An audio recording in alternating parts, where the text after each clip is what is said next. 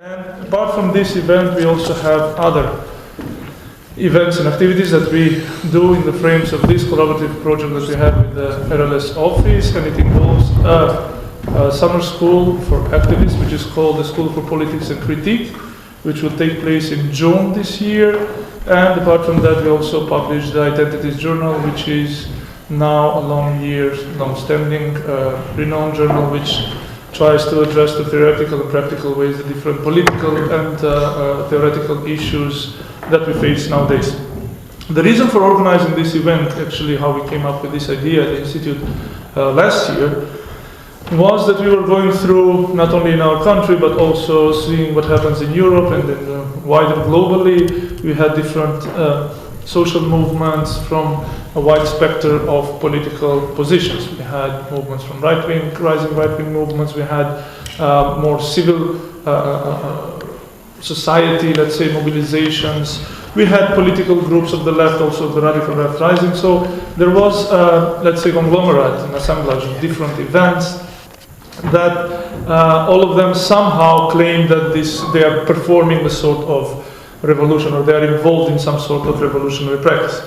And we want to approach actually this interesting yet challenging topic of revolution, both from practical and theoretical ways, acknowledging that there is no definite split between practice and theory. The dates that we choose also have a the dates are symbolic also, because it is 2 years ago on this day that we faced, let's say, the most massive and also disturbing, in the sense of the stability of the system, demonstrations that started on the 5th of May and then kept on, let's say, continued in different shapes and different forms for the next 2 years. But also, we don't want to stay in this symbolic. It's just a symbolic that some of us might tackle. And on the other hand, we are also in the year 2017, which marks the 100 year of the Bolshevik Revolution of 1917, which also marks an important part, an important change in the course of history in the previous century. And there were a lot of different developments around or after that year. And one of the most important things in the very beginning, actually after the 4 days after the success of this revolution, was for the first time in human history the 8-hour working day introduced in Soviet Russia. So I will not take any more time, because I have my part to speak tomorrow. I will just briefly go through the program. So today from 11 until 13:30 we will have a panel discussion with our guests. As I give them the floor, I will present each of them one by one. And then we have a break of 1.5 hours from 1:30 to 3 o'clock. And then from 3 to 5, it's meant to have a more, let's say, general open discussion among the people on the issues, and the general issue that we have set, which is called What is to be done. Actually, it is a topic that ranges hundreds of years from now. And then after we finish this at 5 o'clock, we invite everybody to join us for drinks and informal discussions at the social center Dunya. That is, I hope the people from Skopje know where it is. It is close to Univerzalna Sala, but we might walk there together, so it's not a problem. And the second day will look pretty much the same in the sense of the schedule, that we will have a different set of speakers. So at the beginning, I wish to give the floor to Luka Matić, who actually comes from Zagreb but now lives in Belgrade. He has been active in various initiatives, publishing with the Slobodni Filozofski, also being a part and active in the Radnička Fronta political party, but in also other various initiatives, especially anti-fascist initiatives, and now working as a coordinator and political analyst at the Rosa Luxemburg office in Belgrade. So Luka, thank you for coming, and the floor is yours. Thank you, Artan. Good morning, everyone. As I got this task of, as I got the task to speak first, I decided, as I'm doing a PhD in philosophy, more specifically in history of ideas, to go back in the past, even before the October Revolution, or to maybe to end that period, and to see what historical lessons and what historical points for discussion we can take from the history of Marxism and history of social revolutions. So, when inviting us for this discussion, the Institute for Social Sciences and Humanities stated that they see it as an opportunity to talk about the concept of the revolution in light of the second anniversary of the so-called colorful revolution, but also so that we could discuss different concepts of social and political change in a broader context. Having that in mind, I'd situate my presentation between the histories, as I've said, of revolutionary Marxism and of revolutionary history, especially of the past century. Regarding the latter, I would again invoke the thesis of late British historian Eric Hobsbawm that the history of the short 20th century virtually coincides with the lifetime of the state born of the October Revolution. And speaking of Hobsbawm, there's another introductory point that I would emphasize, as he writes in The Age of Extremes, quote, "It is an irony of history that the real socialist economies of Europe and the USSR, as well as parts of the third world, became the real victims of the post-Golden Age crisis of the global capitalist economy. Crisis, or crises, of the socialist economies that, as Hobsbawm notes, have not managed to adapt and in sense reinvent themselves according to the new situation, and on the other hand, increasing political pressure from most advanced capitalist countries during the 80s, generated a political crisis in most of the states of the so-called really existing socialism. Speaking specifically of the case of Yugoslavia, as we can understand reading Jake Lovinger's dissertation titled Economic Reform and the Double Movement in Yugoslavia, an analysis of labor unrest and ethno-nationalism in the 1980s, dissolution processes were started by economic crisis and reformist move of signing the standby arrangement between Yugoslavia and International Monetary Fund. Against the fact of that arrangement, numerous workers' mobilizations occurred. More than 5,000 workers, more than 5,000 strike activities, gathering more than 700,000 protesting workers.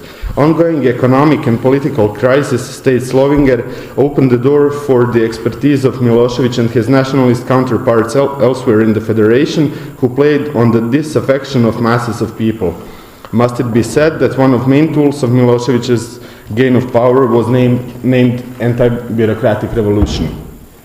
Besides that, we also remember the Carnation Revolution of the 25th of April 1974 against Portuguese Estado Novo, the Velvet Revolution of 1989 in Czechoslovakia, or the Orange Revolution of 2004-2005 in Ukraine. Unlike the revolutions of 1789 or 1848 or the one of 1917, none of the aforementioned revolution had a universalist appeal. Going back to Hobsbawm, we find his assessment that there has never been anything closer to the world revolution than the revolutionary wave of 1848. As he said, the political models created by the revolution of 1789 served to give discontent a specific object, to turn unrest into revolution, and above all to link all Europe in a single movement. Or perhaps it would be better to say the current of subversion. What the revolutions of the long 19th century did not achieve, the October Revolution did. Again, as the eminent British historian states, for if the ideas of the French Revolution have, as is now evident, outlasted Bolshevism, the practical consequences of 1917 were far greater and more lasting than those of 1789. A mere 30 to 40 years after Lenin's arrival to the Finland station in Petrograd, 1/3 of humanity found itself living under regimes directly derived from the 10 days that shook the world and Lenin's organizational model, the Communist Party. Of course, the October Revolution itself would be too much to expose in this short time, but I want now to go to Lenin's April thesis, or more specifically to the fifth of those theses, the one that says unequivocally no, to the parliamentary republic as opposed to a republic of Soviets formed bottom-up. That relates to Marxist radical democratic traditions from its inception onward. Namely, it has to do with Marxist critical assessments of reflections of 1848 in German lands and programmatic texts of his and Engels' dealing with the international workers' movement. To start with their proposition of the Statute of League of Communists, which sees its purpose in overthrow of bourgeoisie along with its society based on antagonism between social classes. Furthermore, seen also in the manifesto of the Communist Party, it is about bringing to life classless society with transitional period of proletarian government, that is the much disputed concept of dictatorship of the proletariat, which we can address later in the discussion or informally. In the manifesto, Marx and Engels have seen the bourgeoisie to have played a strong revolutionary role. Marx draws on that, assessing the German 1848, when he remarks the German bourgeoisie of that time was counter-revolutionary and thus is not comparable neither with English bourgeoisie of 1648 nor with the French one of 1789. Unlike both English and French Revolution, for which Marx and also Hobsbawm agreed that had proclaimed political system for the, at that point, New Europe, Marx saw Prussian Revolution as a vague provincial echo of an European revolution in a backwards country. What made bourgeois upheavals of 1648 and 1789 revolutionary was, in his opinion, the task of representing interests of modern society as opposed to interests of a feudal social structure.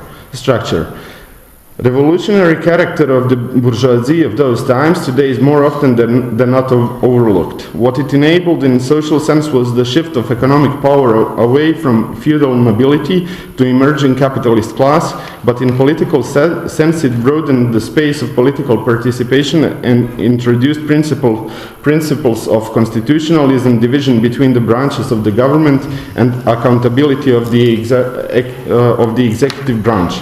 The latter one, as we know from different theoretizations of fascism, is extremely important because the fascist rise, both historical and contemporary, works by bringing domination to executive branch and removing the procedures of accountability.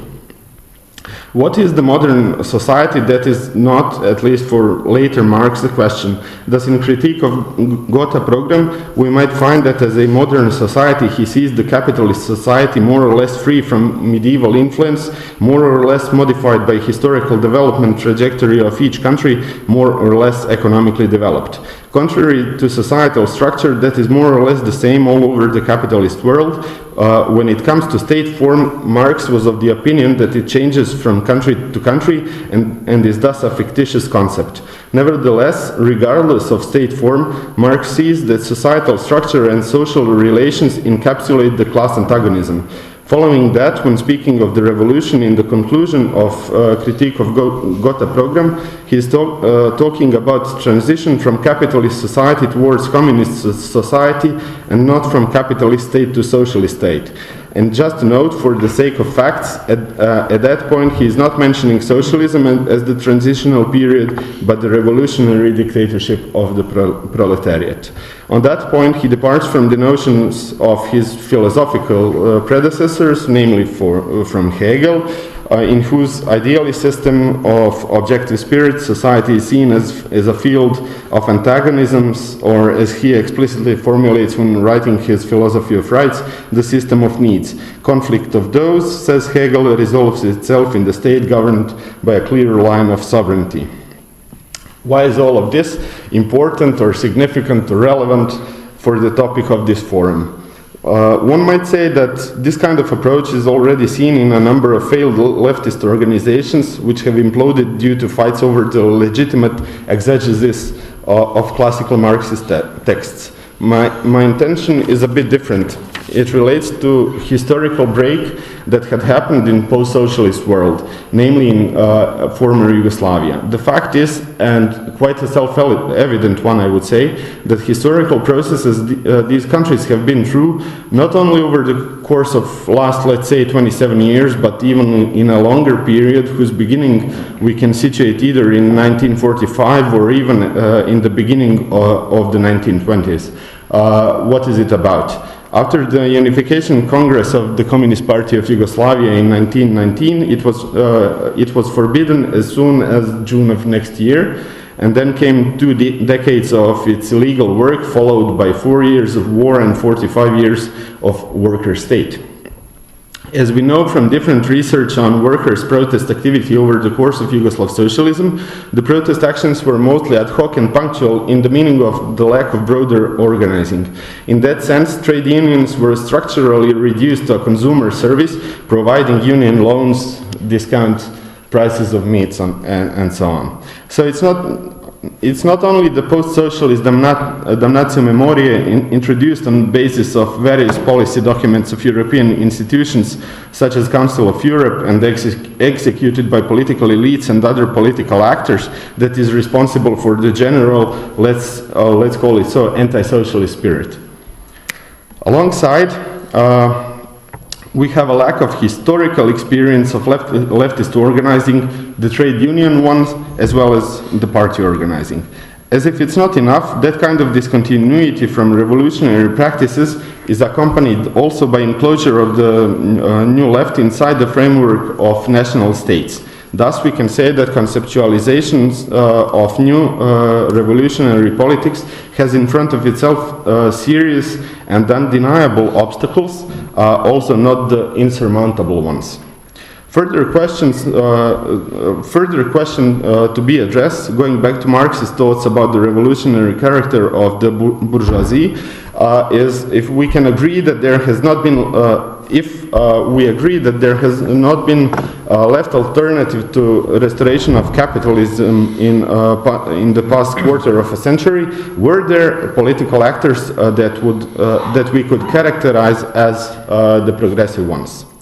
Putting all differences aside, as well as the polemics that have taken place lately, mostly on the topics of European integrations, NATO membership, and anti-fascism, I think that we can say that at least one part of liberal civil society has played a progressive role in post-Yugoslav societies, especially when coming to topics of war victims' rights or ethnic minority or other minority rights.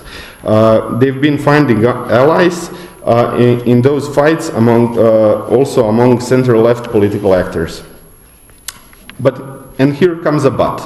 Specific middle-class urban identity of those actors, accompanied by a specific composite of social and cultural capital that made them forerunners of the fight for minority rights, does not allow, and it does not share same formative experiences with the working class struggle.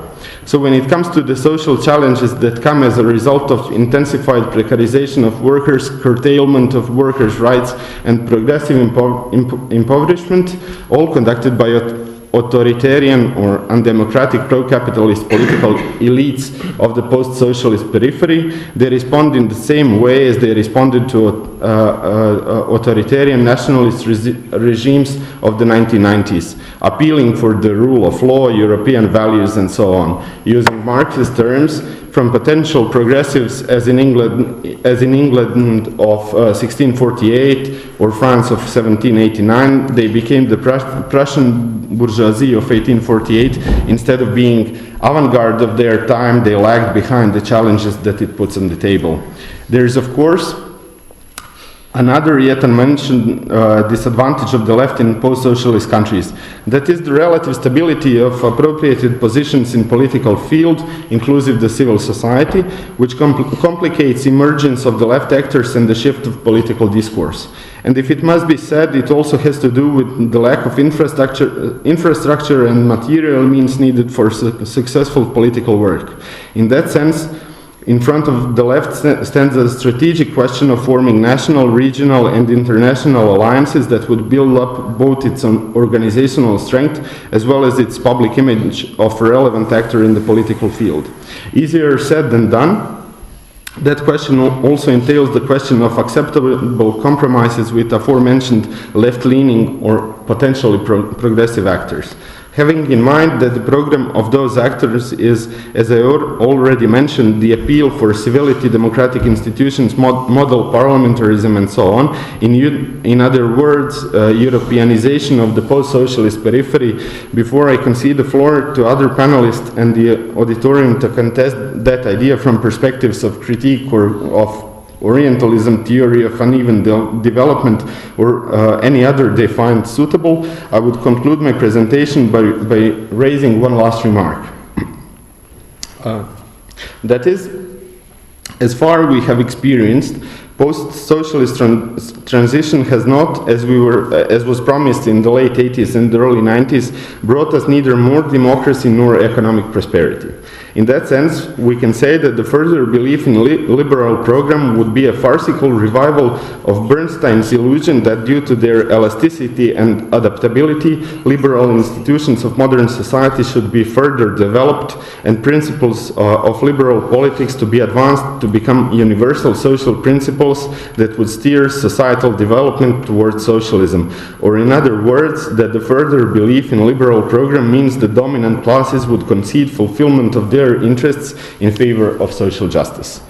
The illusory character of Bernstein's concept of reformist path towards socialism, as Rosa Luxemburg had shown, was based on three presuppositions. First, that objective development of capitalist ownership and the state will lead towards gradual expropriation of capitalist class. Furthermore, that the state will dissolve into society. And finally, that it is impossible for the working class to seize power. Consequently, states Luxemburg, Bernstein conceded the political and social struggle to capitalist classes without even fighting. As opposed to social democratic coalition with the national bourgeoisie, analyzing the Russian Revolution of 1917, Luxemburg sees posing acute and specific questions crucial for the working class.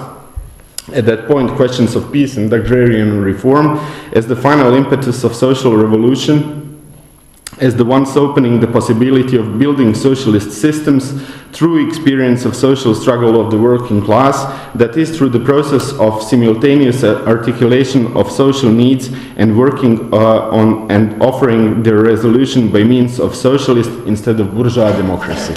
Thank you. Thank you, Luka. Thank you very much. Thank you for putting some sort of picturing a broader historical perspective, but also for setting up challenges of the present, let's say revolutionary practice and revolutionary politics. So I think it's a nice start for and a nice ground from where we can explore other ways of approaching to the topic. So now I'd like to give the floor to Katerina Kolozova, who is the Executive Director of the Institute of Social Sciences and Humanities. Apart from this, she is also quite a known philosopher internationally, and recently especially, they know you, and also active in several civic and activist initiatives in Macedonia and beyond. So Katerina. Well, I don't see Luka's intro just as a historical intro. It also sets the frame conceptually in terms of what is revolution and how we use the term.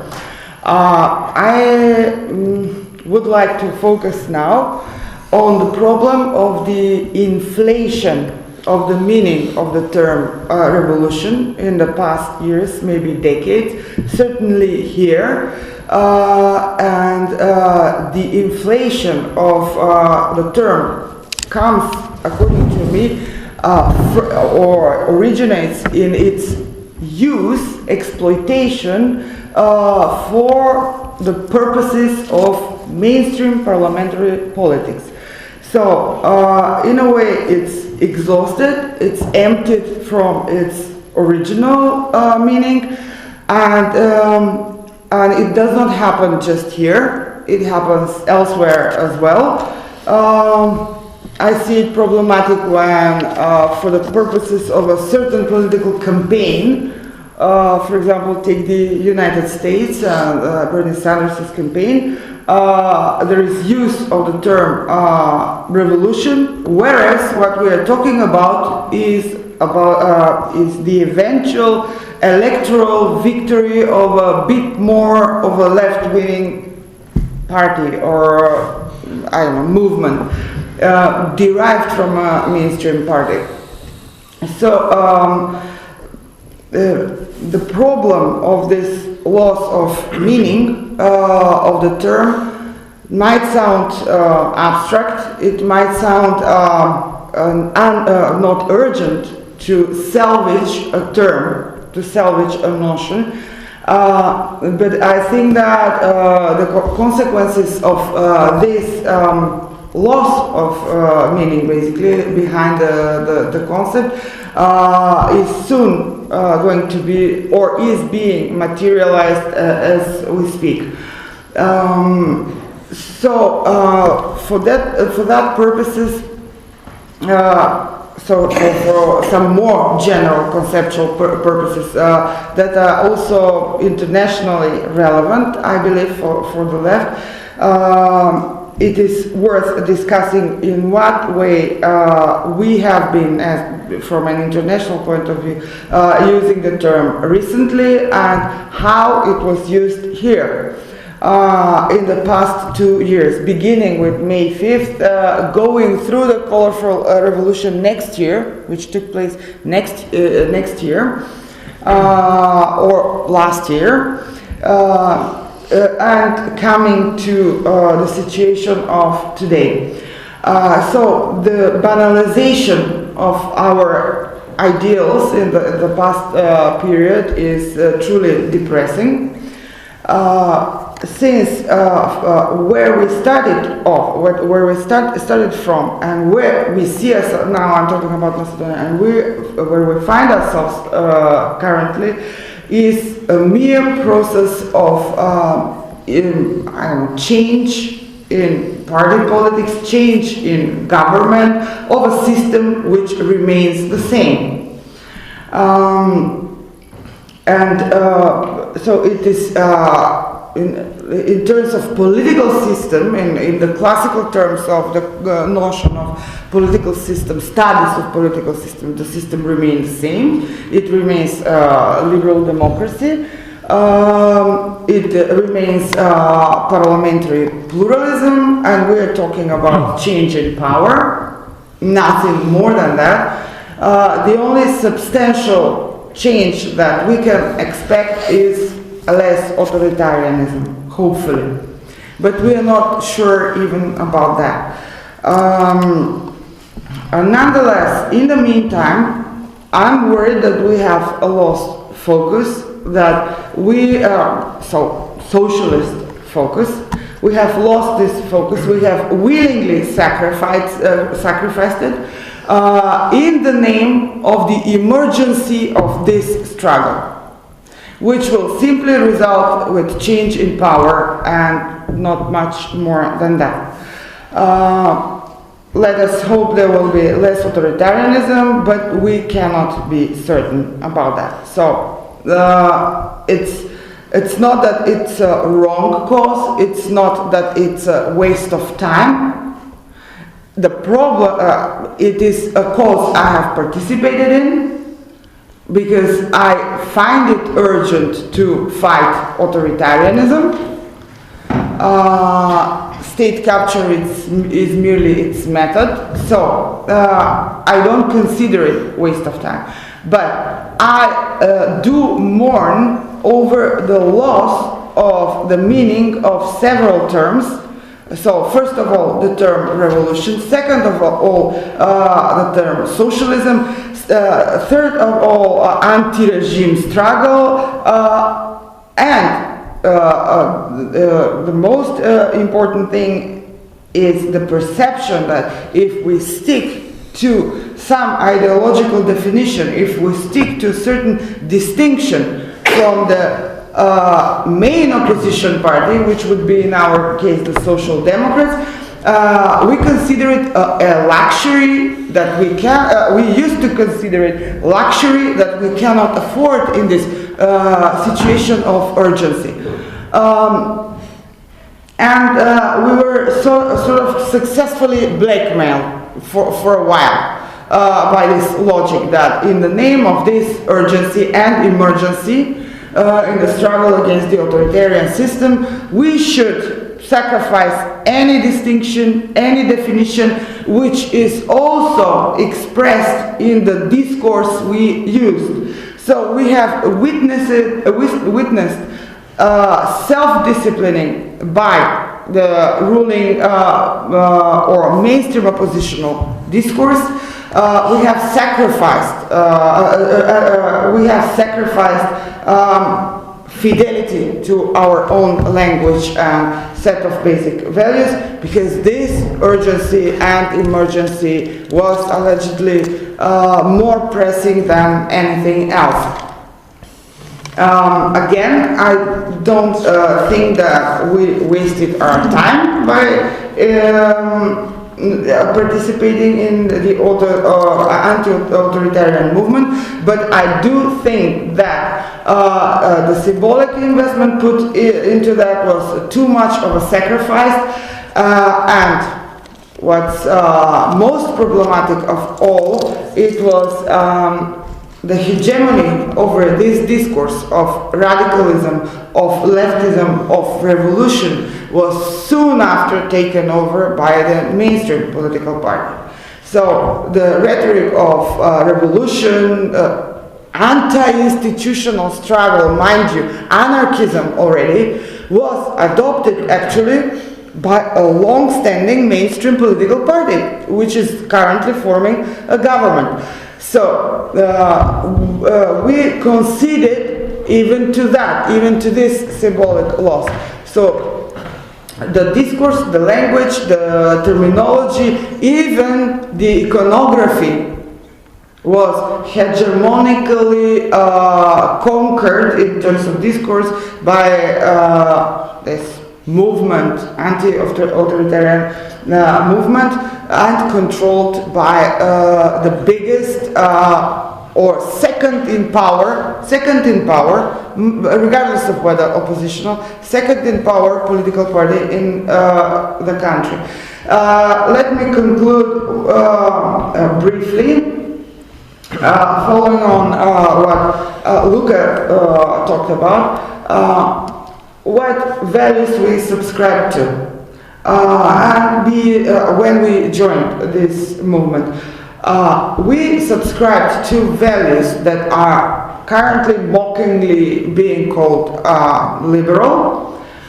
I insist that the use of the term liberal in this sense, international as well, is inaccurate.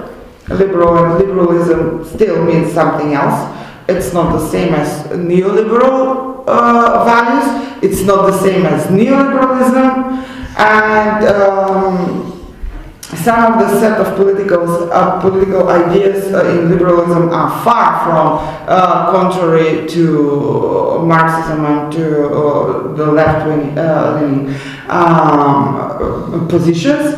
Quite to the contrary, but let's not get into a theoretical debate. We're still sticking to this current this Macedonian reality, if not original. So, what we actually fought for was the preservation of the liberal democracy as we knew it, or as we sought to achieve through this so-called Europeanization. The problem there is that the set of values has been all along bourgeois. So I would choose that term instead of liberal. And perhaps historically it was necessary. I don't know. I don't have a theory about it. But practically we knew that it was necessary to fight authoritarianism.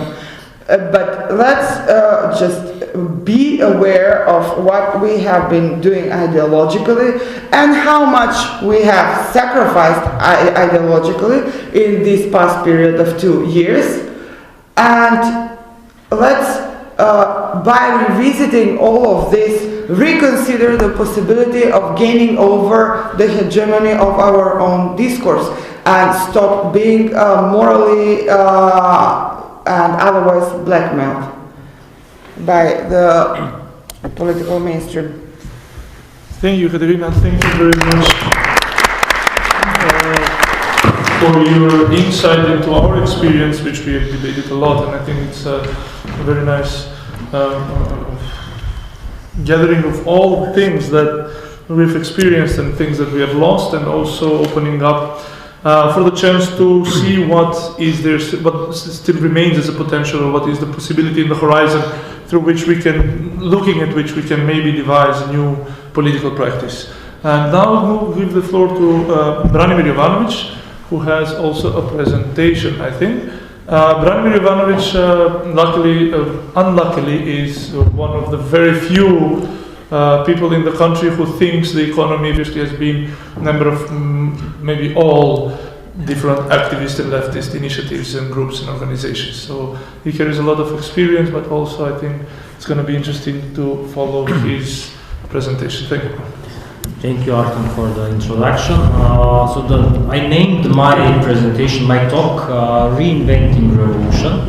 And so basically I want to problematize or debate some kinds of the revolution. I mean, there are not so many slides, so you don't have to turn around, but never mind. So, yeah, you'll come back. So I don't know if you knew, but today is the birthday of Karl Marx, and he was born 199 years ago. So I'll start with him. Actually, I'll start with a paraphrase of one of his most famous quotes. Can we move to the second slide? Yeah, okay. So this is a scene from the movie Oh Lucky Man, and here it's written, "Revolution is the opium of the intellectuals." There is also a book which is called, which has this name. I mean, the book is basically against communism and things like that, and the movie is kind of artistic, so I don't want to go into this stuff. But I think this quote basically tells a lot about revolution and the stance of intellectuals towards revolution. And I mean, you know the original quote. The original quote is, "Religion is the opium of the people." And basically, in that quote summarizes the essence of religion according to Marx, which says that people need religion out of suffering. The religion gives them some, it acts as opium, basically it heals them, but also in the longer run, it kind of makes them unable to fight. So that's why he's fighting against religion, he's arguing against religion. So you could basically argue the same against revolution, which is kind of strange enough.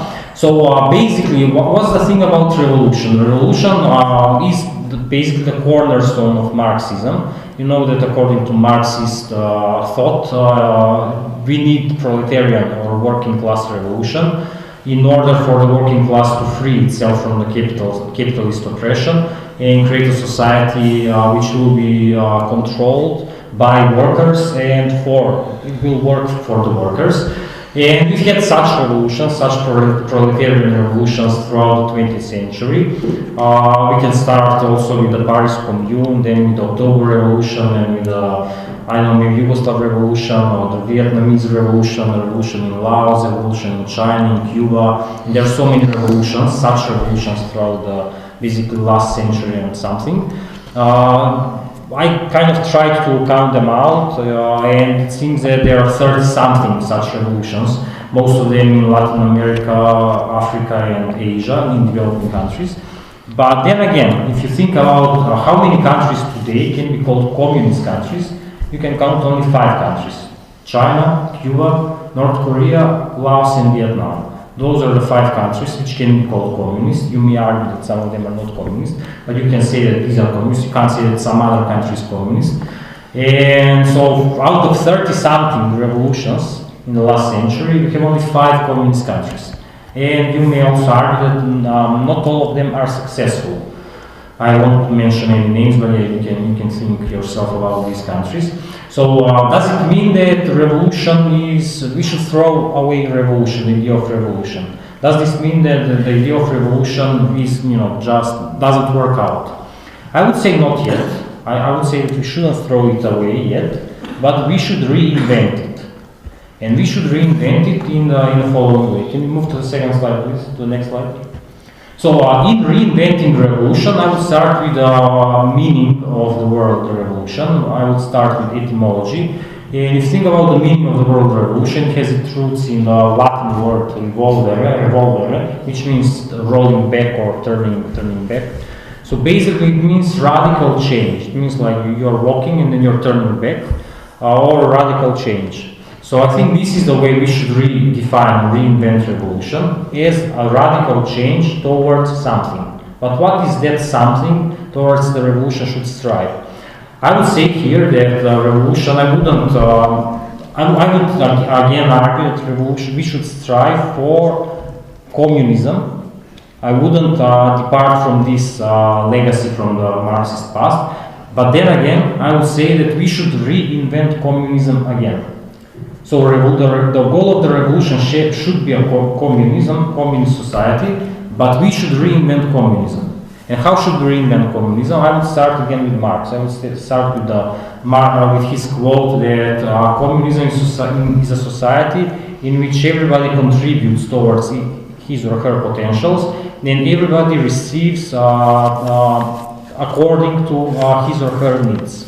So this is the society we should strive for. This is communism today, how we should understand communism today, and this is a society we should strive for. So we should depart from communism defined as dictatorship of the proletariat, or these kind of definitions. We shouldn't strive for a society which will be where factories will be owned and ruled, controlled by workers.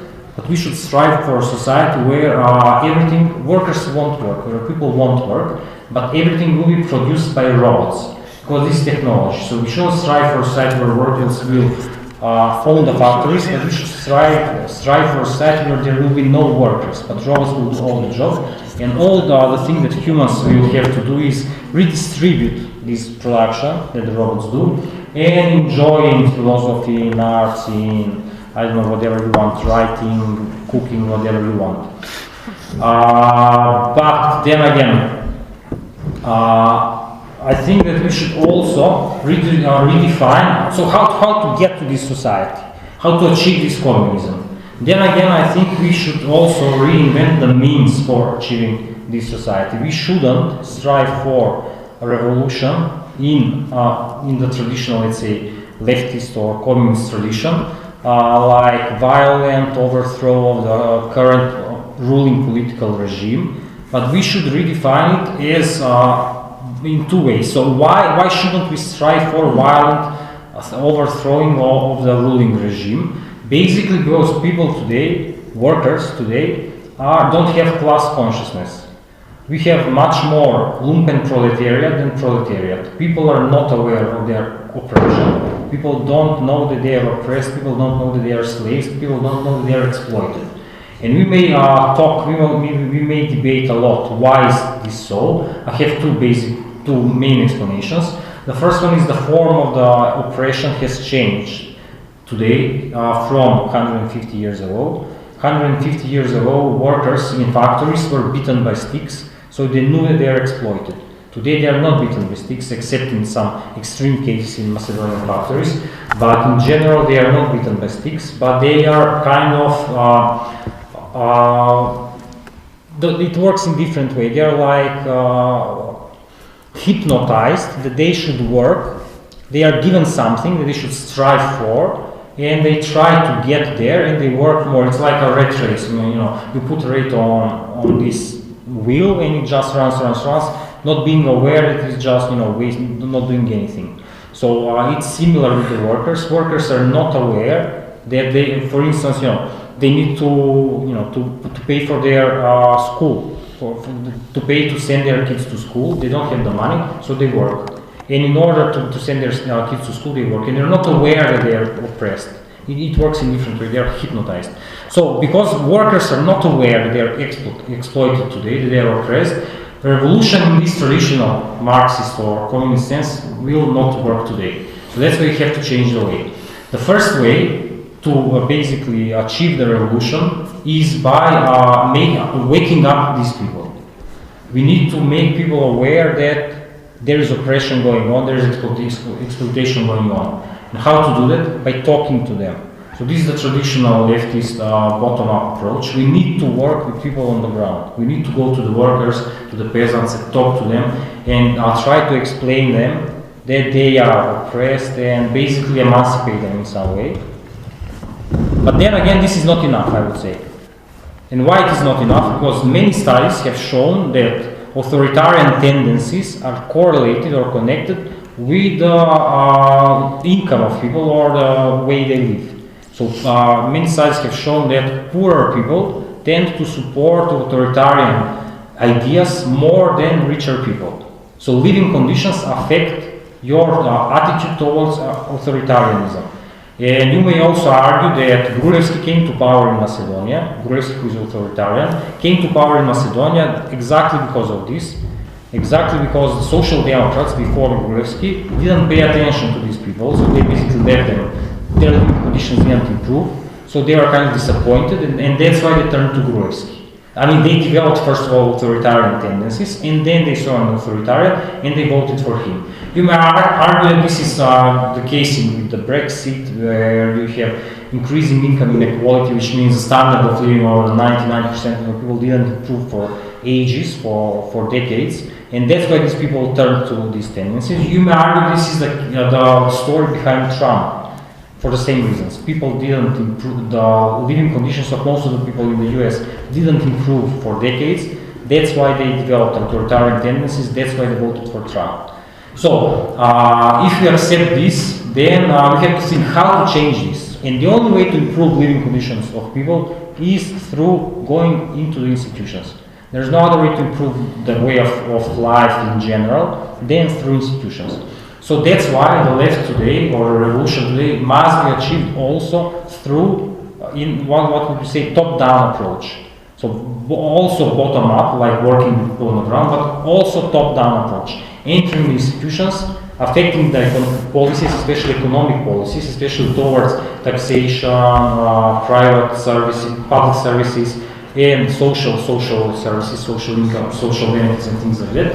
And in that way improving the living conditions of people, and in that way of changing the way people work. So if I can express this in some lyric way, we want our grass to grow. So how to achieve that? The first thing we need to do is to sow the seeds. So of the grass, so the grass can grow. But then again, we also need to put water to water these seeds in order for them to grow. If you just throw the seeds, it won't grow. If you just throw water, it won't grow. So we need to work in both ways, both bottom up and both top down. So to recap, my idea, the point of my talk is that we need to reinvent revolution, not throw it away, but reinvent it as a radical change towards a better society, which we may also define as communist. Great in the presentation, and also sort of setting up your own perspective on what should be done. Also, there is a discussion on that topic later.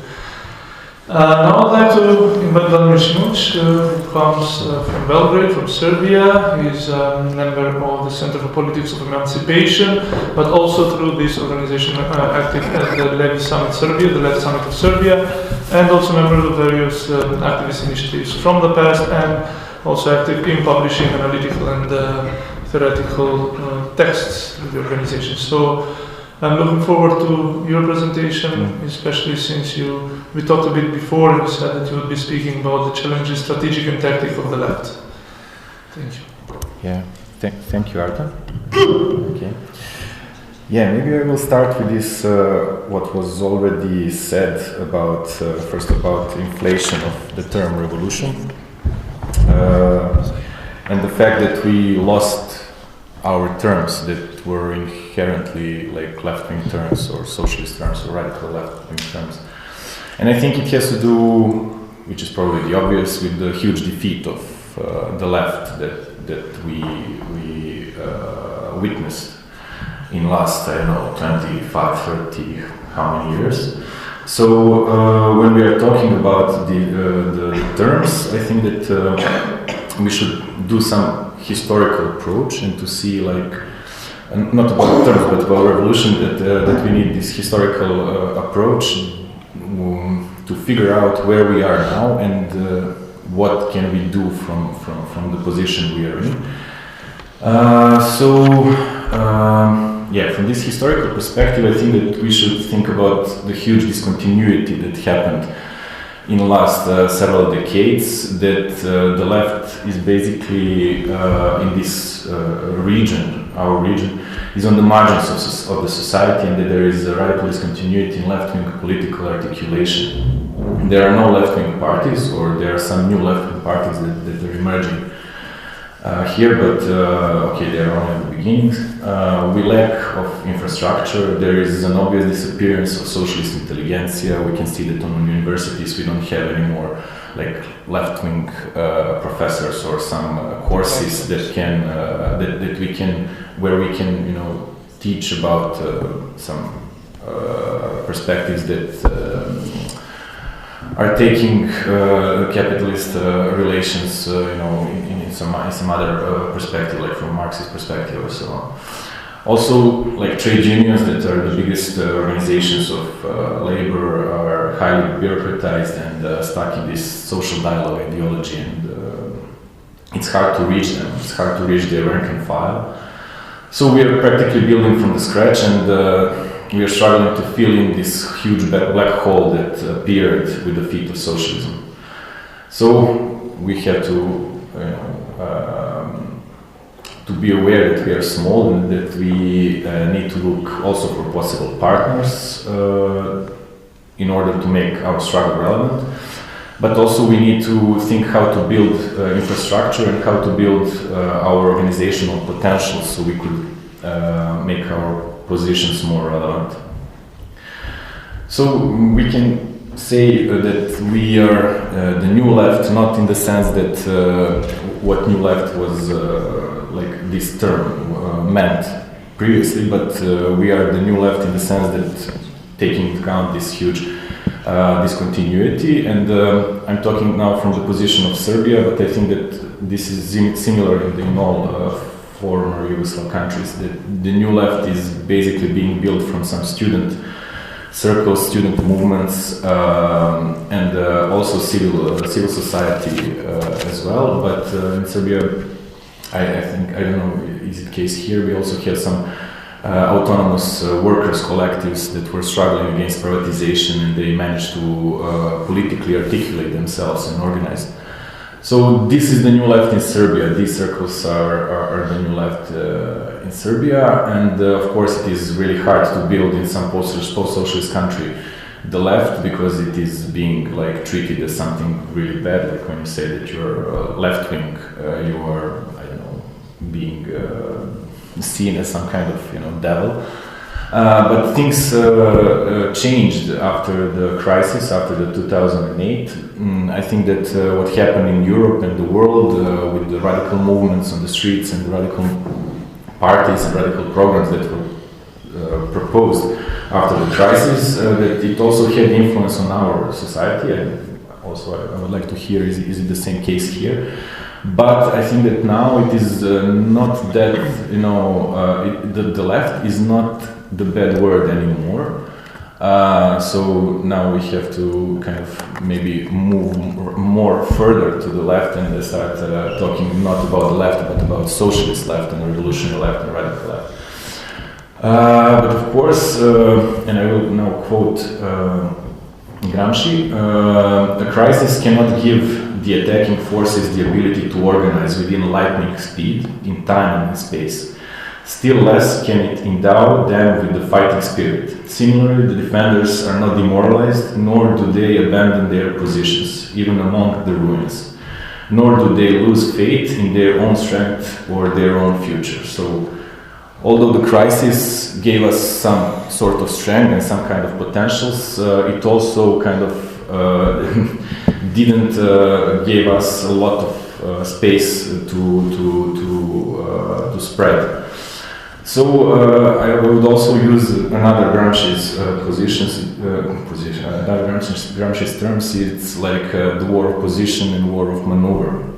And I think that it is the fact that we are practically on the beginning and we are struggling to build some basic infrastructure for our own work to be done and for our own reproduction of our human capacities, of our political analysis, of but at the same time, so this would be like this war of position. So we are trying to kind of rebuild ourselves from the scratch, but at the same time we are in the position to be hit by the dominant political parties and basically what is happening in the political and economical sphere with the privatization, with the austerity measures, tax on the trade unions. So the system is, while we are in the war of position, the system is taking us to this war of maneuver, where we don't have enough capacities to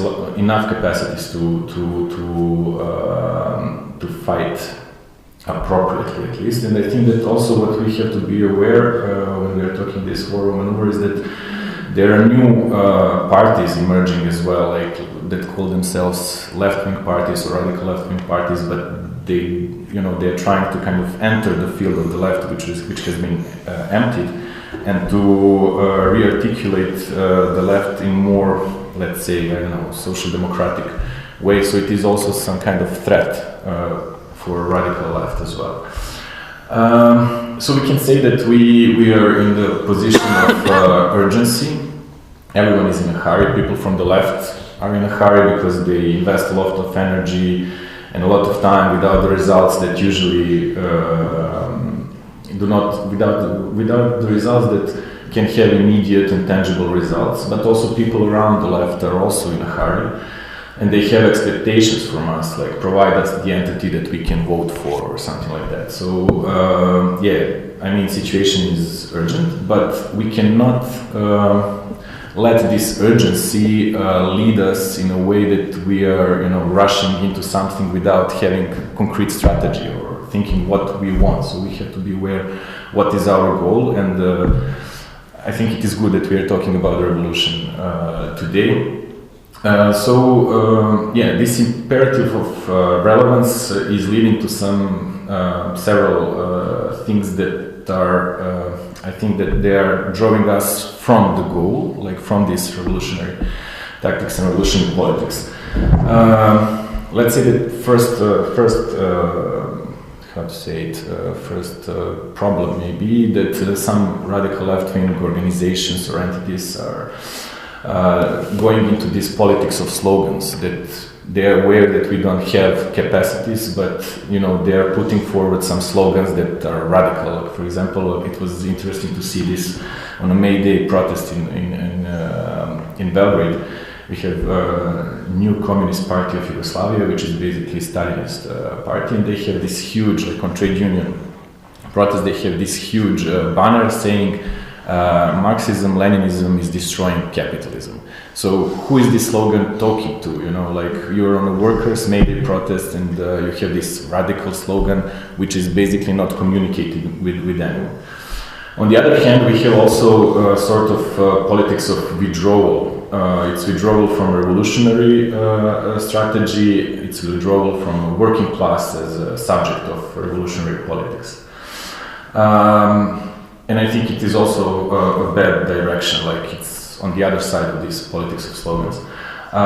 If we put forward soft agenda, or if we soften our agenda, thinking it will allow you to reach wider population, how do you transfer back to revolutionary politics? That is, for me, that is a question. I mean, if you take this soften strategy, when and how do you turn back to revolutionary, path?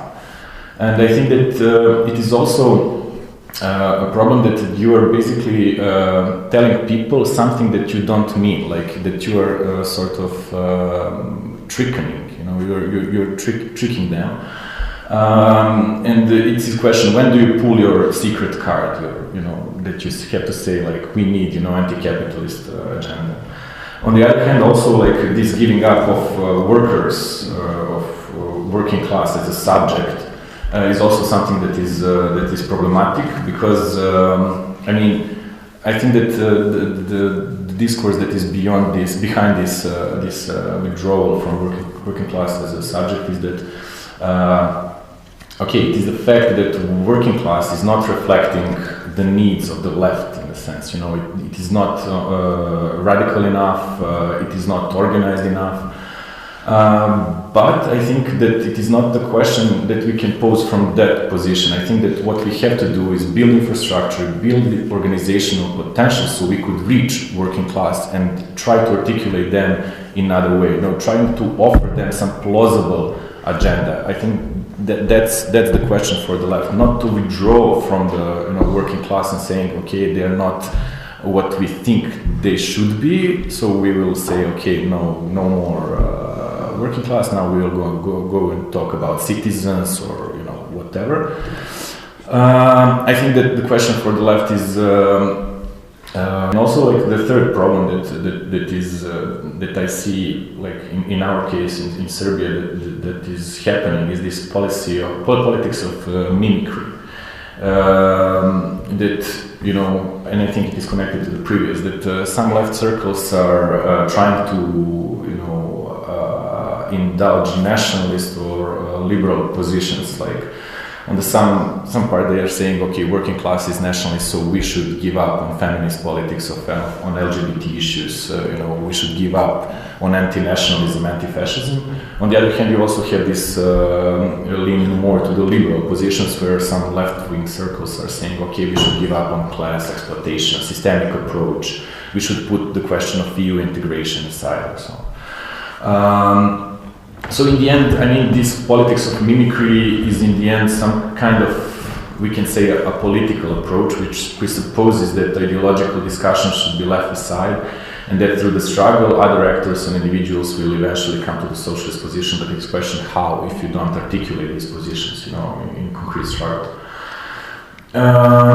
So maybe to conclude that we shouldn't let our tactics determine our fundamental political positions. And these political positions are not a question of lifestyle or identity politics or something. I think that anti-capitalist positions are the product of systemic analysis, that the question of exploitation, inequality, democracy, and so on cannot be resolved in the society established on the basis of capitalist reproduction. I think that is the basis from which we can start from, and we have to start from. That we have that our anti-capitalist stance is not identity; it is the product of our analysis, and what we need is to find a way to translate our analysis into concrete political proposals and to translate them to the rank and file, to working class, to people, not to lose time on finding a way how to trick them or how to surpass some problems.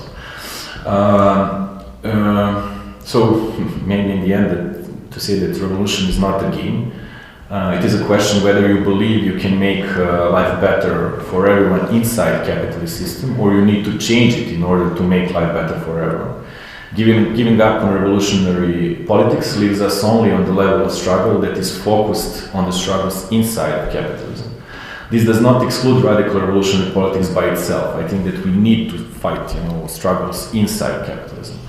But the goal shouldn't be determined by our practice. It is the fact that some struggles inside the capitalism can have progressive outcomes, like strengthening our infrastructure and base and expanding our political agenda. But it is a problem if these struggles become the goal for themselves. We should always be aware of the history of social democracy and ask ourselves, do we really make a step forward if we soften our political agenda? Is it maybe the time for radicalization of our positions? We have to be aware that political positions have very explicit consequences in the practice. So I think that I think that we should learn from social democracy. We should learn, for example, from what is happening now in United States or in UK with Bernie Sanders and Jeremy Corbyn. Yeah, Jeremy Corbyn. And we should, learn that radicalization is not inherently, putting us, on the margins, but maybe some kind of radicalization. I mean, Bernie Sanders is not that radical, but for American context, when you have president that is, arguing for socialism, although it is just a word, I think that it is, in some sense, showing that people are, pretty much ready for radical solutions because they are fed up with mainstream politics. They are fed up with these centrist, approaches, and I think that we should not be frightened, to articulate more radical approach in this systemic anti-capitalist approach and to ask for revolution. I agree with you that we need to rethink what revolution is, but let's start with this position that we need to change capitalist system in order to, make everyone's lives better.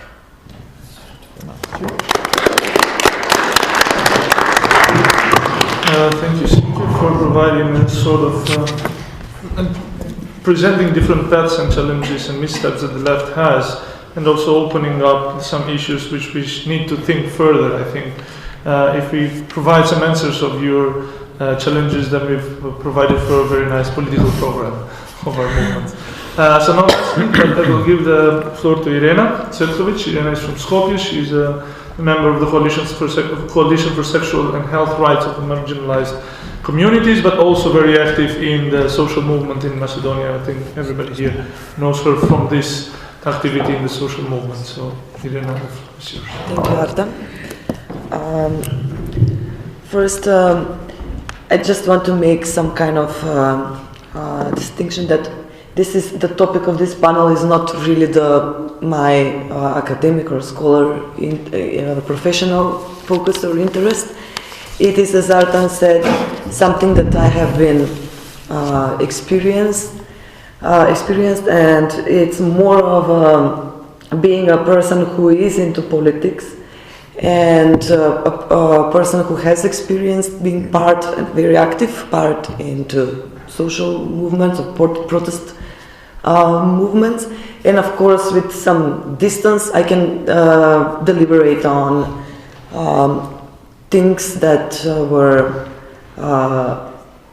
done in Macedonia. I will only focus on this context, and just to say that all of my positions will not come from research, but mostly from my perception and experience.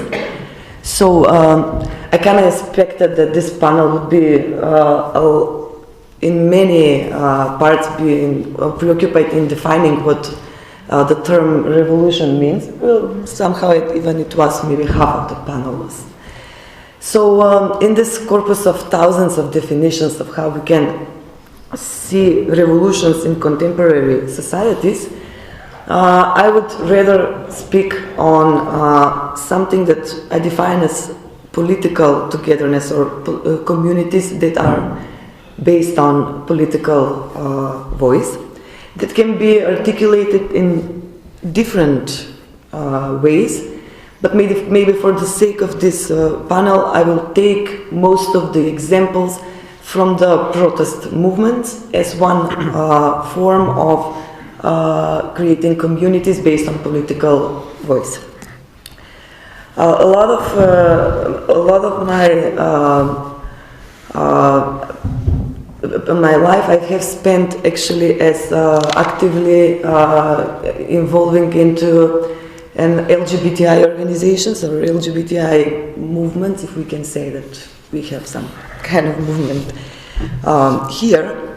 And what me and my friends, fellow activists talk a lot about is the distinction between these political communities and the communities that are based on identities. So it's a huge challenge when you're coming from a LGBTI community and to speak and articulate a political movement that will escape the traps of the identity politics. What I think it's important, and why I think that we should invest in this kind of protest movements or in this kind of communities, is that we can escape the traps of the identity politics and yet focus on some shared issues like shared experience of shame, of bullying, of being an outcast, and etc. So if you see throughout this recent history in Macedonia, we had, if we compare, two kinds of togetherness, that people or bodies on the street that are taking part of a protest movement. On one hand, we have the example of, for example, the colorful revolution, and on the other hand, we have something that is going on today, Zajednička Common Macedonia. I think it's important to invest in this kind of communities because there are some huge differences between them. For example, to be part of the political community, it's a free choice, but just to say, I would like again to make some distance. It's maybe a poor translation of what I want to say. I don't believe in the liberal notion of freedom of choice or free choice. I just want to compare that if you come from an identity community, it's something you are born with. That's why a lot of mainstream LGBT movements stick to the slogan "born this way," although it's something that I personally do not believe. Or let's say for Common Macedonia, we are born Macedonians. It's nothing to be done. It's not my choice to be a Macedonian, to be ethnic Albanian, etc. The political communities, I believe, that should have unpermanent characteristics, unlike the other type of communities who are permanent. They should be created by ad hoc grouping instead of dreaming about everlasting and stable positions, and should be built based on political voice and solidarity instead of shared blood and genes or some identity characteristic like sexual orientation, for example, or gender, whatever. So, as being an activist, we always face some kind of questions, even when we enroll ourselves into organizing some of the protest movements. A lot of people ask, and I somehow this kind of dilemmas even in this panel. What should we do after? Why are we here? What should we do after we stop protesting? And I really do not think that we should think about protest movements as something that must guarantee sustainability or very long lasting on the public sphere. The principle of the connection, as I said, is solidarity and not belonging. So we should not be preoccupied in what should we do tomorrow. And also, as someone who is also coming from this movement, I experience a lot of huge expectations from people who are enrolled in this kind of communities or this kind of movements. Like, why would I go to protest? What would I do? Just to help some other people gain power, or to help another political party create a government? And I really don't think that activists are the one who should be responsible for the comprehensive political situation in the country. I don't think that we are the only ones. I think even that we are the last one who should these questions be pointed to. And when it comes to movements, and I think maybe with what I think I would be very close to what is next in the program, what should be done. But I had some examples of smaller or bigger protest movements, and let's say the traps that some of them get into. Let's say, for example, Aman, the movement Aman, which for those who don't know, it was a protest movement against the increase of the price of the electricity. After many days of protesting on the streets, the organizers and people who were protesting thought that it would be a good idea to start a democratic procedure and collecting signatures for entering the parliament with this topic. It was, I suppose I wasn't part of that, but I suppose it was really hard job to be done. And eventually it succeeded. 10,000 signatures were collected. People from the protest movement entered the parliament. The parliament put on their agenda to speak on this topic. So people from the protest movement entered the assembly. They talked, they put their arguments again. The MP majority or the government repeated their arguments and concluded that, of course, they were right. So at the end, you have a situation where a protest movement actually showed to the public that there is democracy in our country, that everything was by the procedure, everything was by the books, everything was by the law, and nothing happened. And it was a waste of time and waste of energy. On the other hand, I think the colorful revolution was a bit more smart, maybe, in this way, and of course people learn the lesson, but entered very much into the field of PR and branding, which actually succeed in many levels more than the other protest movements.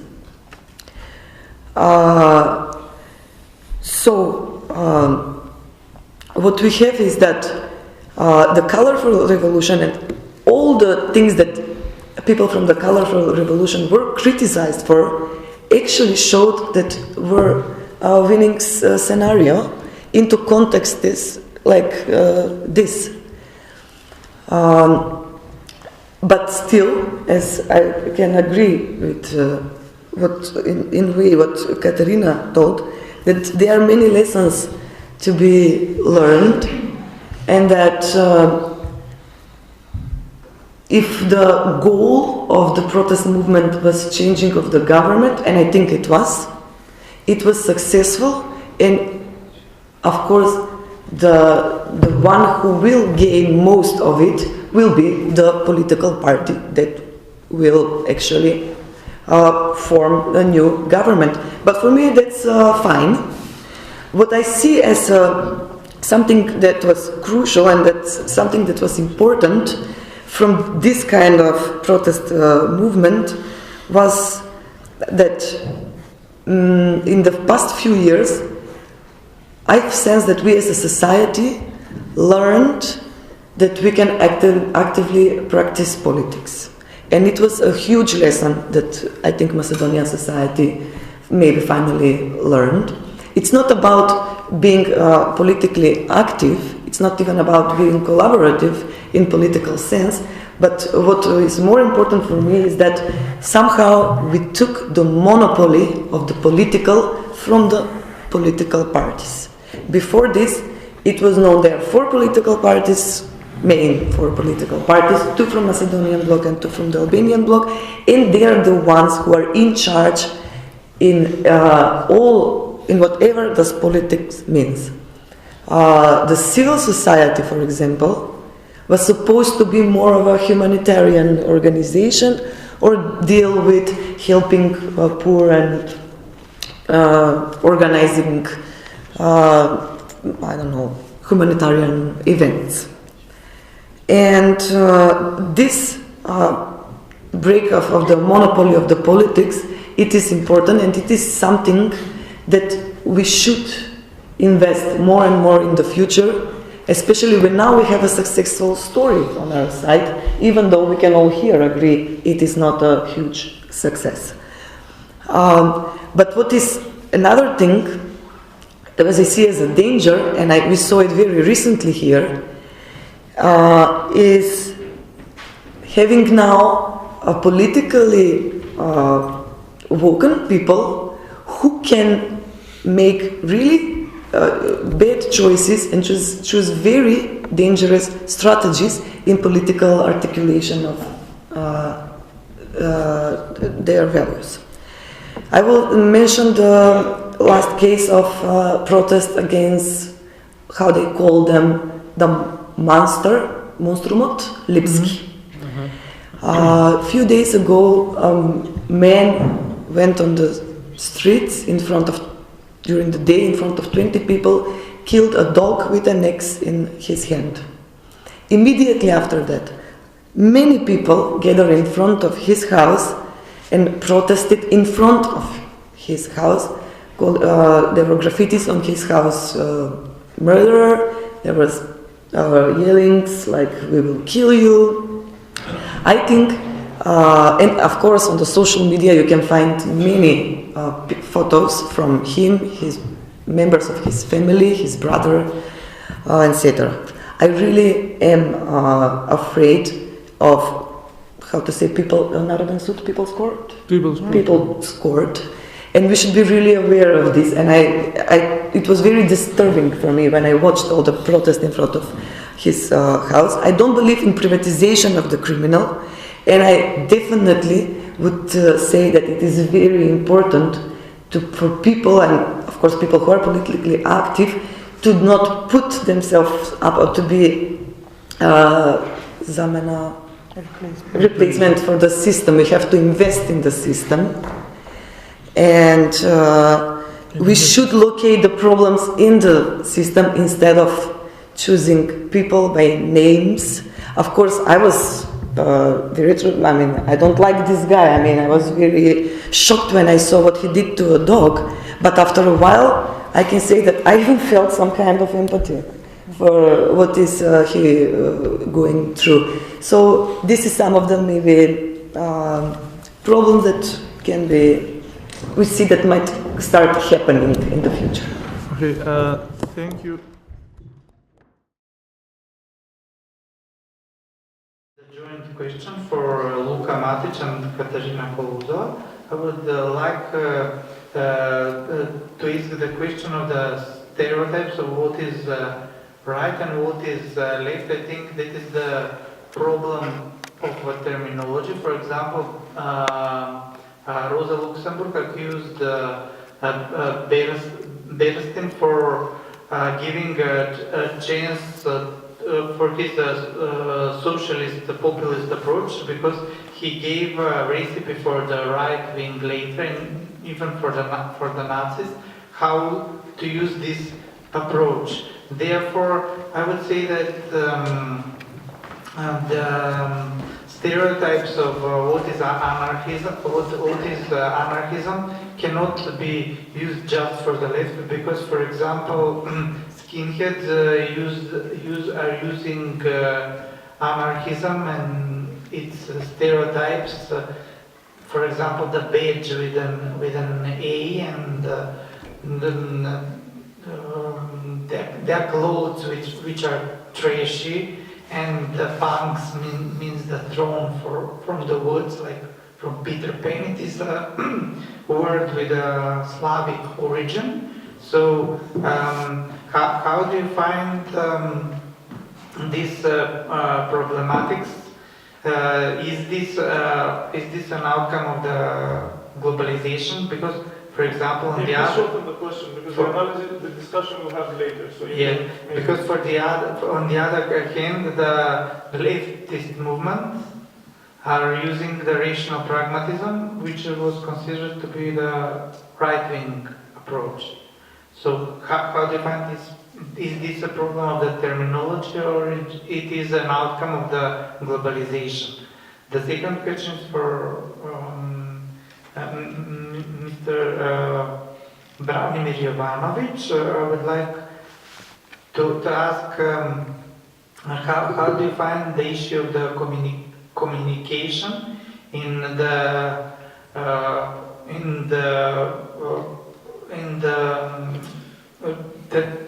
terminology of revolution, because like in the classist Marxist approach, when the working forces will be developed enough, then the worker will not work anything. So now we can see that technology is pretty much developed. We don't know what is a proletariat, because a lot of people that are exploited are working with the machines, not to mention the intellectual efforts and property. So I would, in this case, I would like to refer to the question of the relations of the terms revolution and evolution, because revolution and evolve are also later means replacing and developing. So maybe this is developing, and the classic Marxist approach should be replaced with the evolution, not with revolution.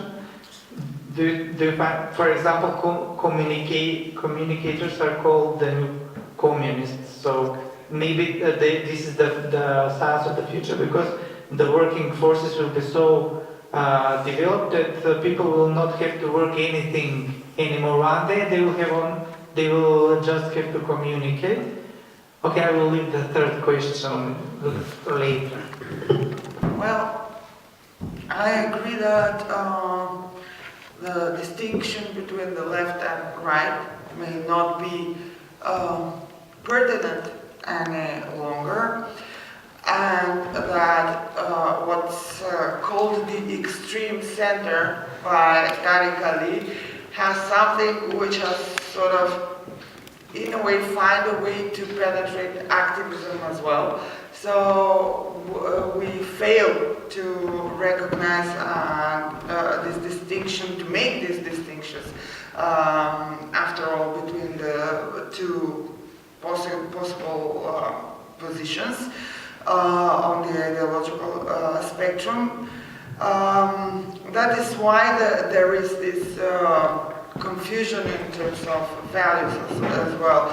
Who purports what values, who embraces what sort of values. There are a set of values that would traditionally be something that a more privileged class would care about, and are still somehow endorsed and advocated by the left, and the other way around. Yeah, categories have shifted, and it's not for the better. There is some confusion that needs to be cleared out, and for the purposes of doing that, I'm assuming the first thing that the left, those of us who purport to be the left, who position themselves on the left, that implies that they embrace certain values that make them left, although these categories are becoming more and more vague and confused, is perhaps the return to some classical categories and definitions. And one of those things would be that we all recognize that we are not working class, because this is some sort of a classical sociological category, that we are all part of the proletariat. We are all proletariat. Proletariat is working for wage. So all of us, depending on the whims of capital, by way of being wage workers, workers for wage, regardless of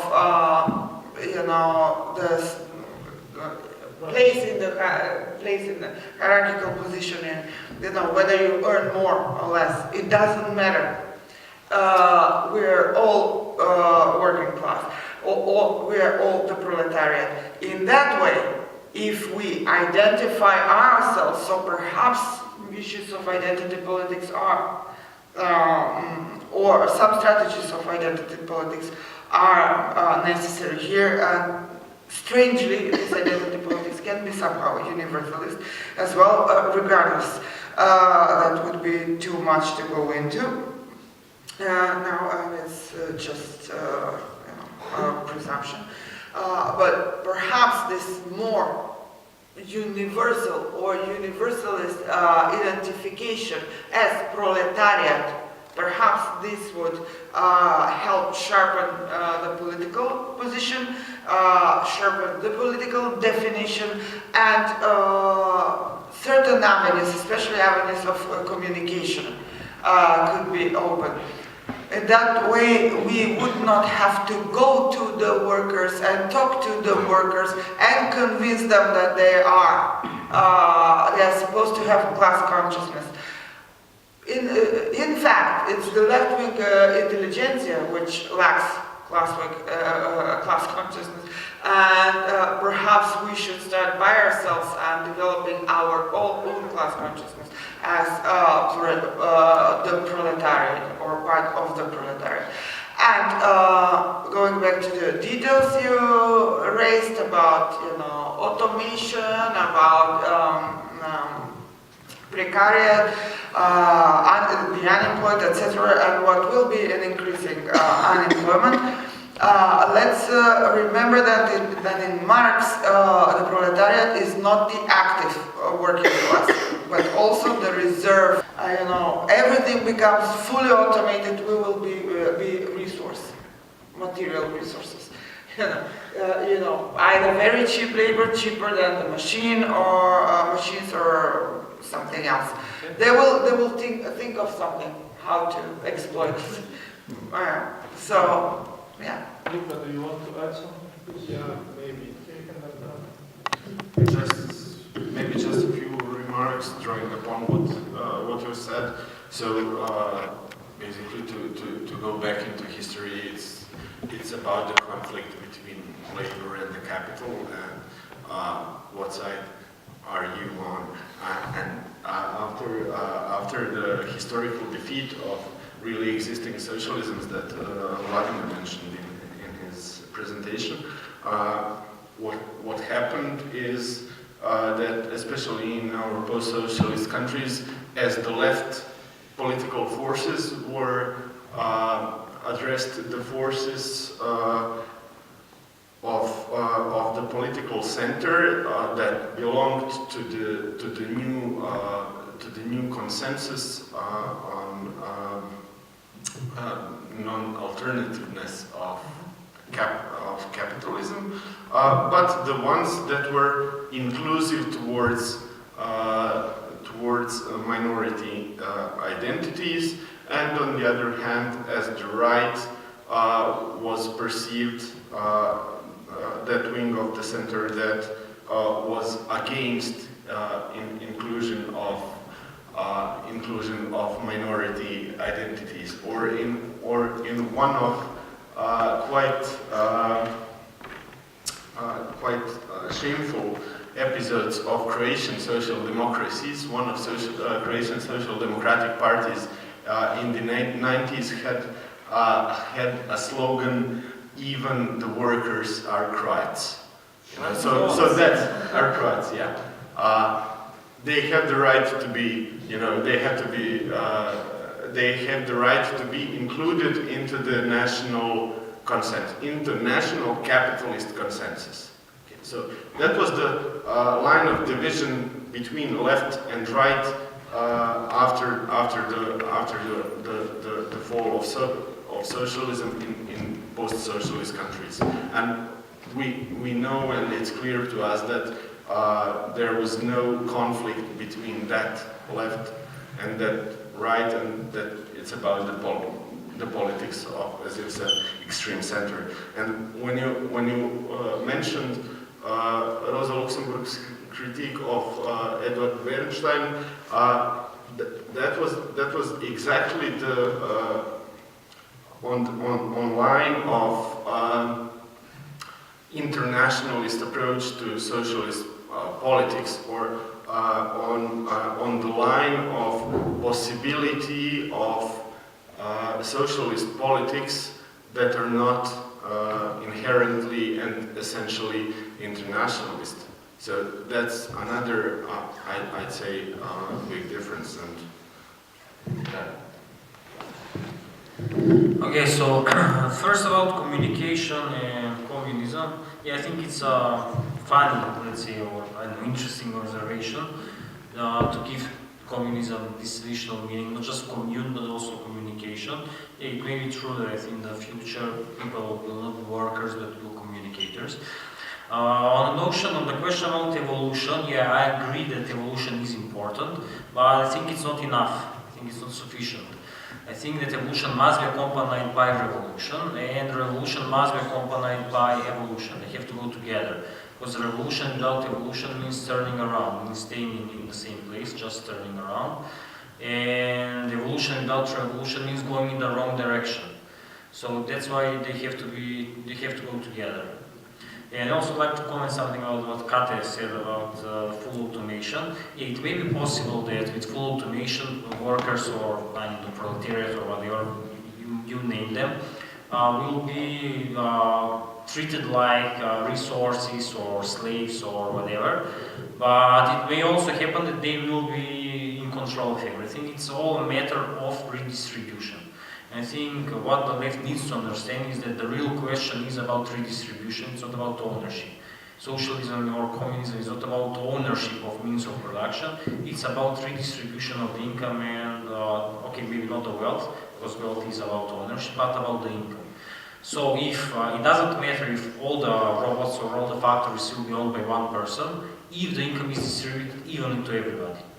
So that's the fight. We have to fight for redistribution, and that reinforces my previous point that the left needs to work through the institutions, should enter the institutions, should enter the public discourse, and should change the opinion of economists, of politicians in this direction.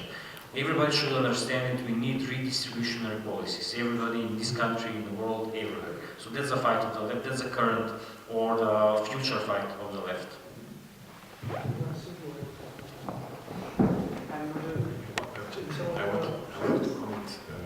I will comment on the previous question, difference between right and left. But I mean, I just want to continue on this at this point. But you cannot talk about redistribution without taking into account production. Like as you said, like if we have one guy who owns production, how will you make him to redistribute or whatever? Taxes. But how are you? I mean, so it's one guy and we have 5 million other guys. Who think will win on the elections? Okay. No, I think that we as a left have to start to the question of production and to question who owns the means of production, because I think that the power and the strength is there. You cannot make any moves without taking into consideration the production. But I wanted to talk more about just briefly about this differentiation between right and left, because I'm a little bit sick and tired with this recent discourse that the right and left is like that it doesn't mean anything anymore. I mean, it's similar like this whole discourse of totalitarianism, and it's analytically it's completely useful. It's similar like when you say useless. It's similar like when you say but the Nazi party, I mean they were socialists and they were workers' party, and is there a difference between Nazi party and stuff? I mean there is, and it is a huge difference.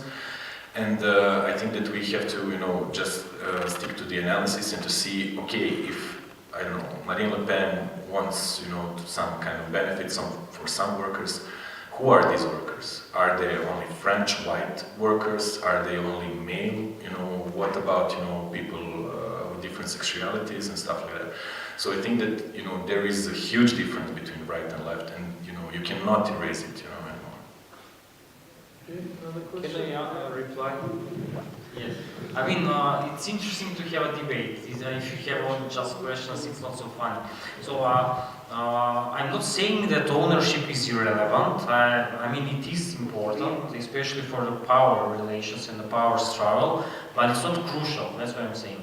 And the problem with the left, at least in my opinion, is that it's kind of lost in the past, or I don't know how to say.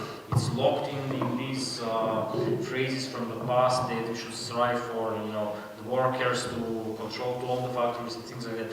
It's not so important, I mean, in economic sense, from economic point of view. Ownership is not so important as redistribution of income. It is important, yes, but not so much. So, and it's much easier from political point of view or for power relations point of view. It's much easier to tax income that some rich is making than to take his factory. Because if you try to take his factory, he is aware that you're kind of stealing it from him. And if you tax his income, he's not aware of that. So we have to be smart. I mean, just as capitalists are smart and they give us, credits and they force us to work through these credits, we have to be smart ourselves. We have to basically take what they have taken from us, but without making them, I don't know, fresco. Yeah.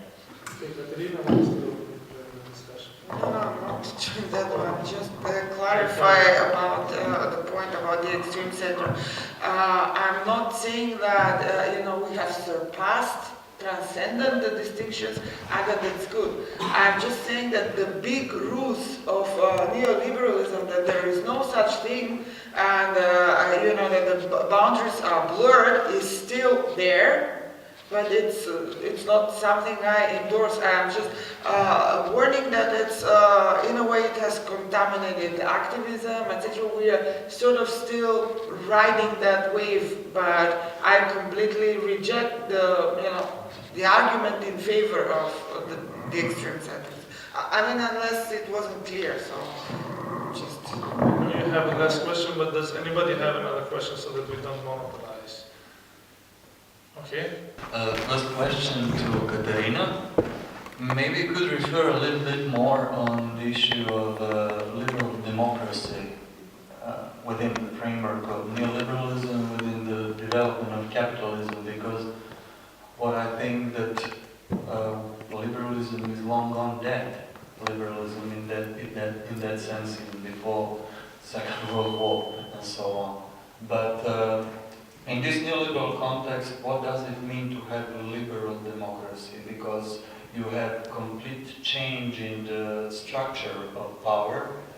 You have a certain autonomization of executive power from the parliamentary power, legislative, and so on.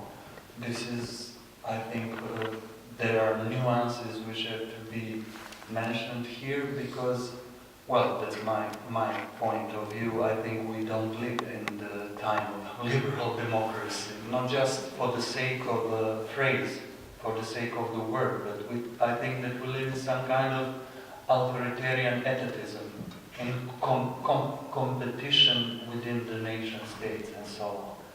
The second one is for Branislav, this question about technological optimism. First, we must in which robots will do all the jobs. Who will make robots?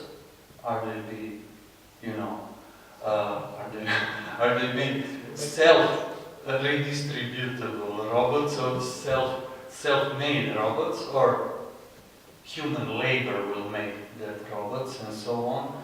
Which will be the way of producing such a technological invention? Who will make this sort of job?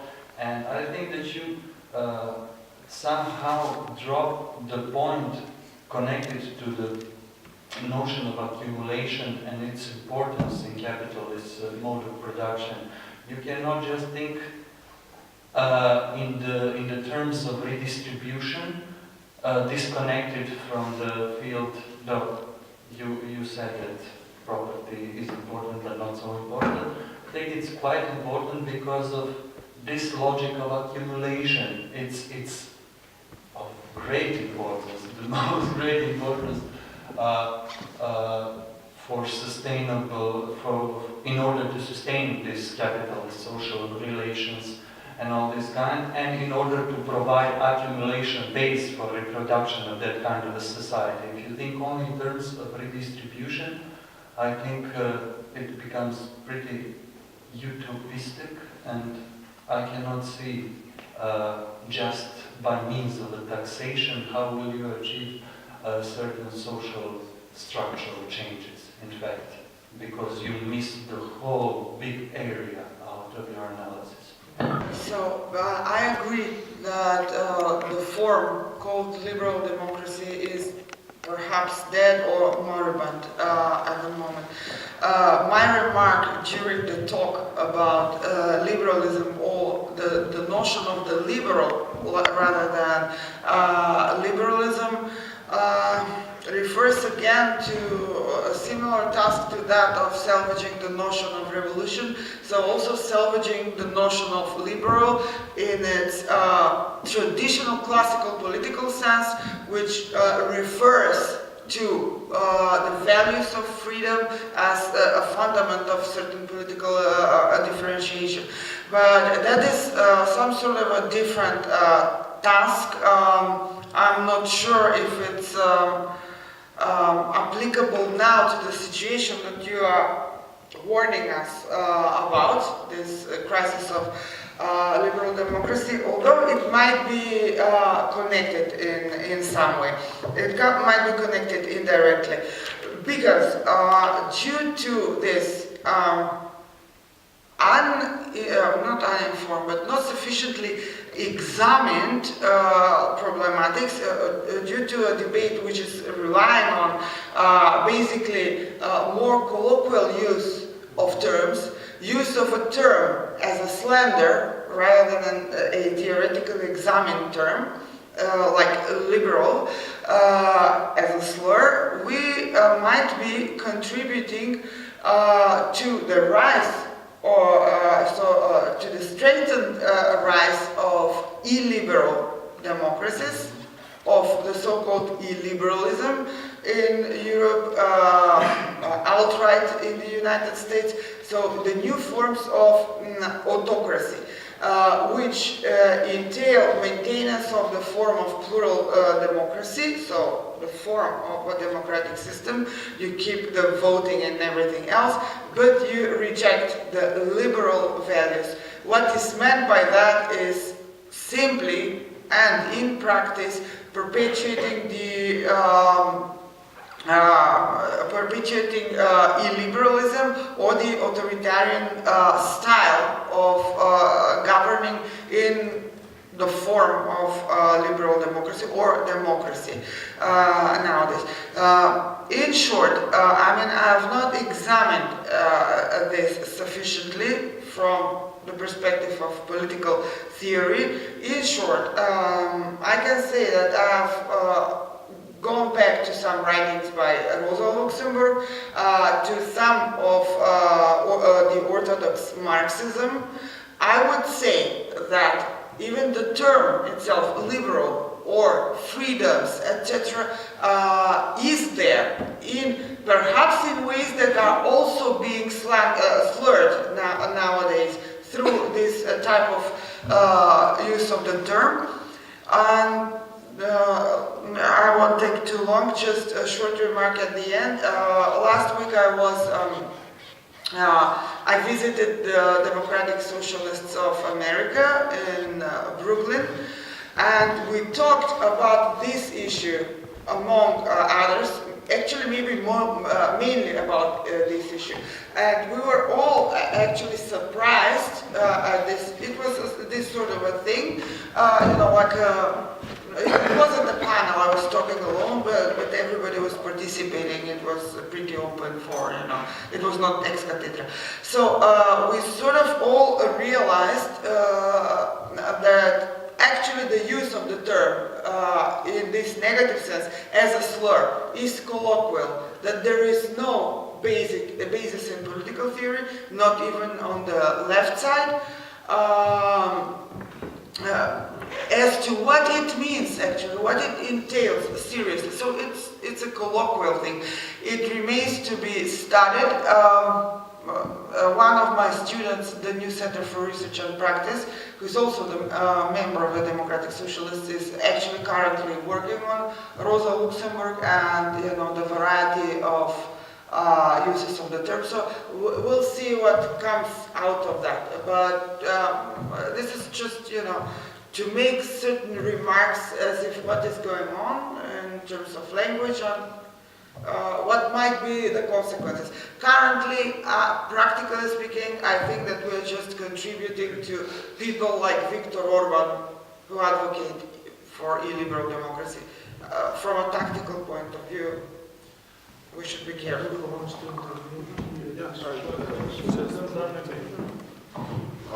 I just like to also address this question shortly, because when we say liberalism, it's basically the same thing as the use of term Marxism when used in singular. It composites itself of numerous different traditions which have a common denominator. But when speaking of liberalism, we have the one of the slave owner John Locke, and the Abraham Lincoln, to whom Marx wrote letters to commend his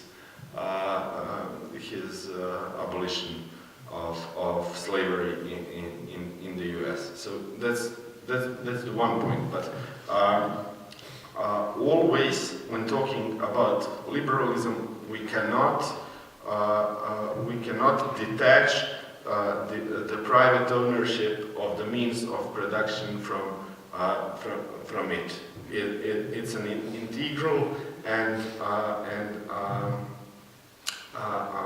essential part of that political philosophy and that political ideology and that political practices. So that's the problem we have. Also, liberalism. Liberalism gave us, or its heritage, equality in the eyes of law. But liberalism never gave the peoples of the world equality in front of the court. So those are some. There's a lot of problems and a lot of contradictions, and of course there's liberalism of French Enlightenment that has highly influenced a lot and numerous Marxist traditions. But it's always a question: how far should we go salvaging the liberal heritage, and how much should we try to say, okay, so that's what we have, and now let's put it aside and let's concentrate on building socialist alternatives to everything that was before. Yeah, so who will make robots? I guess robots will make robots in the end. But in the beginning, yes, some people will have to make robots. But it's an open question, and I'm not sure if it's so important. But yeah, Stephen Hawking had said a couple of days ago that he thinks there's no difference between artificial intelligence and human intelligence. He said that in terms of the limits, there's no difference. That artificial intelligence can achieve anything that human intelligence can. So if we accept it, the robots can do anything, even intellectual work. But I guess, I agree with you that this is maybe too far-fetched or too long in the future. But the idea is that we need to kind of change our way of thinking. We should think in this direction. Like, we shouldn't oppose robotization or automatization. We should accept it. We should encourage it, but try to address it in some way through these redistributional policies. And it's important for an additional reason, because if we agree that one of the problems of capitalism or exploitation is the paid, Latin American paid working relationship, then one way to fight exploitation is by removing these wage contracts. And this is done through robotization. So that's another reason why we should go for this. And but I agree that it is just redistribution in terms of taxes is not enough. It should be accompanied also by public provision of goods and services. So we should have we should fight for free healthcare, free education, and many other things, not just that. And in terms of accumulation of wealth, yes, I agree totally with you that accumulation of wealth wealth is perpetuating itself, is redistributing itself. If it's privately owned, then this is basically also what mainstream economists say today. Because if you read Piketty, his critique of capitalism is exactly this. He's saying that wealth or capital is perpetuating itself, it's creating itself, and that creates inequality in the world. That's what makes capitalism create inequality globally, and that's the nature of capitalism. But then the solution to this problem is again through taxes. Piketty or most of the economists don't argue for taking factories for capital, because capital today is not just factories, it's mostly financial capital. Nobody argues, nobody advocates taking capital from people directly, but everybody's saying through taxes. And this wealth tax is the thing for the future, I would say. We should all fight for introduction of global wealth tax, which means not just tax the income people have, but also tax the wealth they have. If somebody owns $1 billion in stocks, he has to pay certain percent of tax on that. So that's a thing for the future, I would say, again through redistribution. I have just a short question for you. So, in my first speech, I said something like, we should learn from the history of social democracy. We should learn from the failures of social democracy. So, for a question for you, for me, is like, why do you think, like, what you were in the 60s, 70s, why did it fail? Well, it failed. It all started with Thatcher, I would say, and that happened because of the oil shocks. Because Thatcher and then Reagan afterwards came as a result of the inflation that you had in the Western world, which was created by the oil shocks. And it created, the oil shocks created several problems, many problems. Basically, total collapse of their economy. So that's why Thatcher came to power, and that's why Reagan came to power. And then the world started going in the wrong direction since then. So it's not that the system itself was, flawed, but it's just that something happened and turned out it was a shock which turned the system around. It's not that the system itself was so bad. At least that's my point of view. But then again, I don't see a solution. We should learn from the social democratic failures, but also we should learn from the communists, right? We should call them failures. And I think that if you think about which societies are best societies right now, it's mostly these societies which can be classified as social democratic societies. And that's the main message. But I agree with you that social democracy should not be our final station, but it should be our passing station. We should pass through it and then go to communism. And without going through it, we will never get to communism. Okay. One last question. Short question.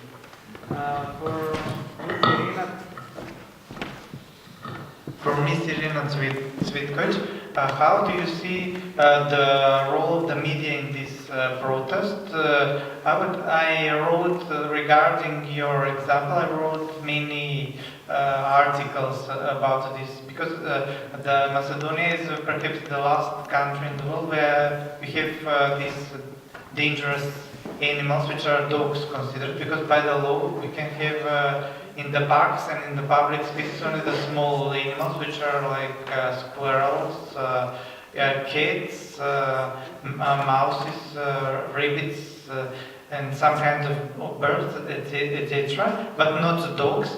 So, for example, I'm interested, for example, what is and what is not in the media. How do you see that this reflects this protest? Because, for example, only one media, as far as I know, published information that this man, before he killed the dog, this dog attacked his father and bite him, and he ended in the clinics. And the dogs usually attack children because he had children, because they think that there are other dogs. And for example, one dog chopped off a hand of a child in the middle of the center in Skopje, and this no media published. This was only in this NGOs.